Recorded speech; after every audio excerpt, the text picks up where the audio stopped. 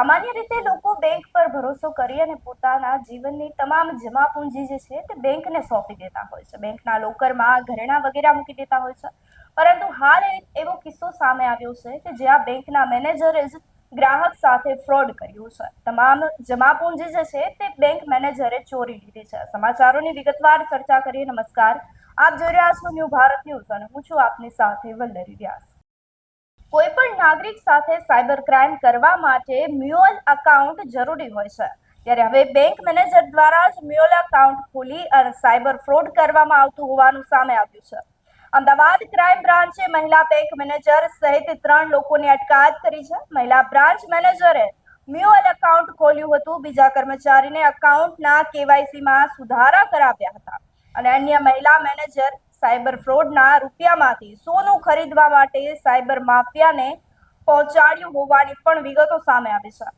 સમગ્ર મામલે હવે 5 આરોપીઓની અટકાયત કરવામાં આવી છે. માસ્ટર માઇન્ડ 2 આરોપીઓની અટકાયત કરવા માટે સાયબર ક્રાઇમની ટીમ જે છે તે તપાસનો ધમધમાટ શરૂ કર્યો છે.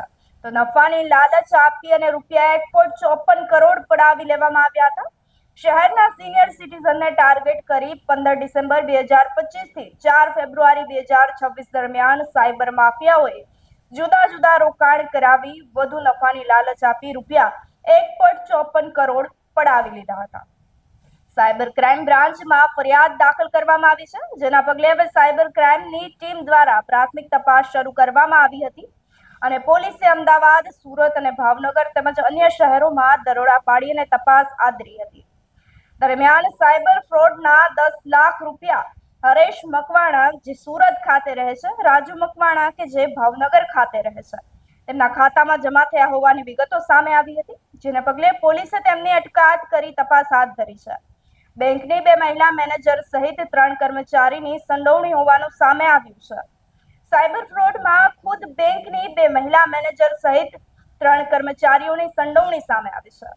સાયબર ક્રાઇમ બ્રાન્ચના ઇન્સ્પેક્ટર NR ગામિતની ટીમે અમદાવાદની ચાંદખેડા બેંકની બ્રાન્ચના મેનેજર પૂજા ફ્રેડરિક પરિયત સાથે જ છે તે બેંકની ECBD મેનેજર હિના દિવ્યમ દરજી તથા બેંકના ગોતા ખાતેના branch account manager Mahesh Rajesh Kumar તારાણીની પણ અટકાયત કરી છે. Manager Pooja mule account open કરતા હતા. જ્યારે ત્રણેયની પૂછપરછ કરવામાં આવી ત્યારે સામે આવ્યું કે વિવાદાસ્પદ કામગીરી બેંકના ધ્યાનમાં આવતા તેમના મ્યુઅલ કોડ બંધ કરી દેવામાં આવ્યા છે. તેમની પાસેથી બેંક એકાઉન્ટ ઓપન કરાવવાના પાવર પણ છીનવી લેવામાં આવ્યો છે. બેંક કર્મચારી મહેશ એકાઉન્ટ ખોલવામાં એજન્ટોના માણસોને બેંકમાં લાવતો હતો, જ્યારે પૂજા પોતે મેનેજર હોવાથી તે એકાઉન્ટ ઓપન કરી આપતી હતી. તો બેંકના નિયમો અનુસાર બેંક એકાઉન્ટ ઓપન થયા બાદ 3 મહિના સુધી ફોન નંબર કે ઈમેલ આઈડી ચેન્જ કરી શકાય નહીં. તેમ છતાં તમામ ફેરફાર કરી આપવામાં આવતા હતા. રૂપિયા 1 લાખ કમિશન પેટે સોનું ખરીદી અને એજન્ટને આપતી હતી. તો સાયબર ફ્રોડના રૂપિયા આવે એટલે તેની FD કરી દેવામાં આવતી હતી. હિના આ FD લઈ અને સોનાના શોરૂમ પર જતી હતી. આ આધારે જ શિવરંજની વિસ્તારમાં આવેલા તનિષ્કના શોરૂમમાં સોનું ખરીદી અને સાયબર માફિયાના એજન્ટને આપતી હતી. સમગ્ર કૌભાંડ હવે સામે આવી ગયું છે.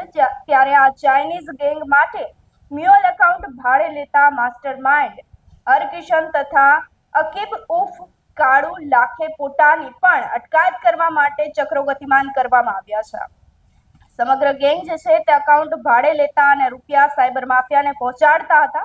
હવે તેમની ઝડપી લેવા માટે ચક્રો ગતિમાન કરવામાં આવ્યા છે. તો માસ્ટર માઇન્ડ પાલિતાણાનો ફ્રોડના રૂપિયા 400નો ગુનો હોવાનું પણ સામે આવ્યું છે. પૂજાને તેની નોકરી દરમિયાન જે એકાઉન્ટ ખોલ્યા છે તેમાં સાયબર ફ્રોડના 400 ગુનાઓ દાખલ કરવામાં આવ્યા છે. તો માસ્ટર માઇન્ડ પાલિતાણાનો હોવાની પણ વિગતો સામે આવી છે.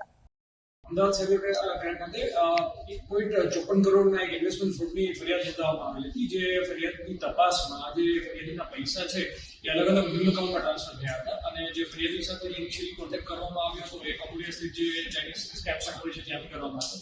આ ગુનાની તપાસમાં જે 10 લાખ રૂપિયા છે એક અમદાવાદના એક એકાઉન્ટમાં ફર્સ્ટ લેયરમાં ગયા હતા. તો એમાં જે એકાઉન્ટ હોલ્ડર હરેશ મકવાણા અને રાજુ મકવાણાની પહેલા ધરપકડ કરવામાં આવી હતી. ત્યારબાદ આગળની તપાસમાં જ્યારે આ એકાઉન્ટના KYC વેરિફિકેશન કરવામાં આવ્યું ત્યારે એક વાત એવી ધ્યાને આવી હતી સાયબર ક્રાઇમના ટીમને કે જે આ બેંક એકાઉન્ટ ખોલાવવા માટે કેવાયસી વેરિફિકેશન છે જાણી જોઈને નેગલિજન્ટ રાખવામાં આવ્યું છે. આ ઉપરાંત આ અકાઉન્ટ ખોલ્યા પછી જે મેન્ડેટરી રિક્વાયરમેન્ટ હોય છે કે 3 મહિના પહેલા એનું મોબાઈલ નંબર કે ઈમેલ આઈડી ચેન્જ ન કરવું, છતાં બી એમાં ચેન્જ કરવામાં આવ્યું હતું.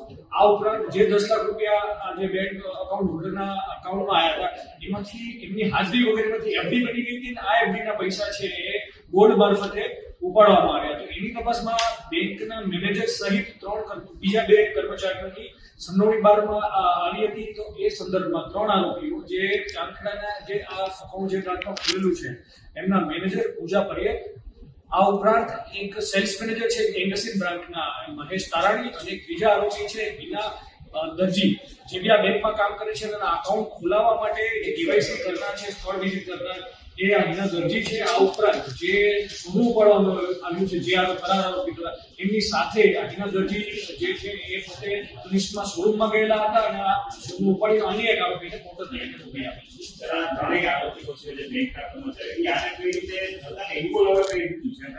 આ જે 3 આરોપીમાંથી મુખ્ય જે પૂજા પરિહર જે બેંક મેનેજર છે અને સેલ્સ મેનેજર છે મહેશ તારાણી, આ છેલ્લા 1.5 થી 2 વર્ષથી એવા મ્યુલ એકાઉન્ટ ખોલાવવાની પ્રવૃત્તિમાં સંડોવાયેલ છે. એ નોંધવા લાયક છે કે એમની જે પ્રીવિયસ બ્રાન્ચ હતી એમાંથી એમનો એમ્પ્લોયી કોડ બી બંધ કરવામાં આવ્યો હતો અને જેથી આવા મ્યુલ એકાઉન્ટ ખોલાઈ ન શકે એમની ટ્રાન્સફર કરવામાં આવી હતી. મહેશ તારાણીની ટ્રાન્સફર છે ગોતા બ્રાન્ચમાં કરવામાં આવી હતી. એમના બેંક મેનેજર દ્વારા બી એમને એ બ્રાન્ચમાં અકાઉન્ટ ખોલવાની મનાઈ કરેલી હતી, છતાં પૂજા જે પરિહર છે એની નવી બ્રાન્ચમાં આ સેલ્સ મેનેજર આવા અલગ અલગ મ્યુલ એકાઉન્ટ ધારકોને લઈને આવી અને એવા કરંટ એકાઉન્ટ ખોલાવતા હતા જે એકાઉન્ટ ખોલાવવા માટે એમને 50,000 થી 1 લાખ જેટલું કમિશન મળે. બેંકના પોલીસ અધિકારીઓના ધ્યાન મનાઈ સત્તા પણ ઉદ્યોગ ધંધા સાયબર ક્રાઇમની તપાસમાં સામેલ બેંક દ્વારા જે મેં પહેલા કહ્યું કે આની ઓલરેડી ઇન્ટરનલ ઇન્ક્વાયરી ચાલી રહી હતી આ બાબતમાં ઇન્ડસ્ટ્રીના જે નોડલ અધિકારી દ્વારા, કેમ કે આમે જ્યારે આઈએફએસસી કોડ દ્વારા સામાન્ય પોર્ટલમાં સર્ચ કરવામાં આવ્યું છે તો આ જ પર્ટિક્યુલર બેંક ગુજરાતની જ્યાં બી કામ કરેલું છે તે 400 થી વધારે એવા અકાઉન્ટ ખુલેલા છે જેમાં ઘણી બધી ઓનલાઈન કમ્પ્લેનો મળેલી છે. તેમની ઇન્ટરનલ ઇન્ક્વાયરી ચાલી હતી, એમનો એમ્પ્લોયી કોડ બંધ કરવામાં આવ્યો હતો અને પછી એમની ટ્રાન્સફર કરવામાં આવી હતી. તો આ એક મોટા પાયે ઇન્ડસ્ટ્રી બેંકમાં એક લોકો લાગી રહ્યું છે કે ભાવનગરમાં હવે આવી જ પરિસ્થિતિ સામે આવી હતી જેમાં બેંક મેનેજર ઇન્વોલ્વ હતા અને ઘણા અકાઉન્ટ ખોલાવવામાં આવ્યા. આ ઉપરાંત સુરતમાં બી આવી એક ઘટના બનેલી છે. એટલે એ બાબતમાં બેંકનું એક રેગ્યુલેશન છે એ થોડું વીક લાગી રહ્યું છે. સર આ કોના કોન્ટેક્ટમાં હતા ત્રણેય બેંક કર્મચારી?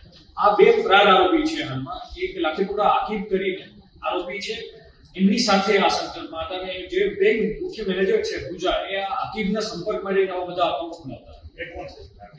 જે હાલમાં ફરાર આરોપી છે અને મૂળ એ પાલિતાણાના છે જે આ અકાઉન્ટમાં જે પૈસા નાખવાનું અને બધું કામ કરાવતા હતા જે ચાઇનીઝના સંપર્કમાં છે.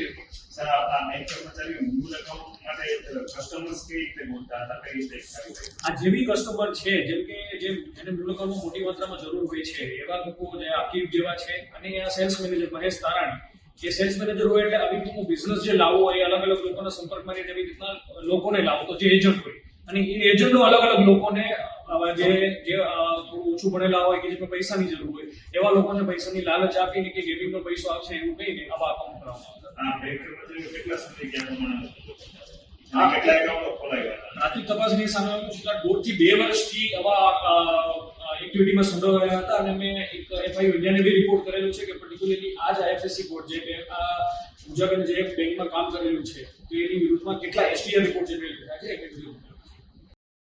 તો હાલ વારંવાર જે કિસ્સાઓ સામે આવી રહ્યા છે તેને લઈ હવે સામાન્ય લોકો બેંક પર ભરોસો કરવાથી પણ ડરી રહ્યા છે. ત્યારે આપનું શું માનવું છે અમને કમેન્ટ કરી ચોક્કસથી જણાવશો. તેની સાથે જ અમારી ચેનલ ન્યૂ ભારત ન્યૂઝને લાઇક, શેર અને સબસ્ક્રાઇબ કરવાનું ભૂલશો નહીં. નમસ્કાર.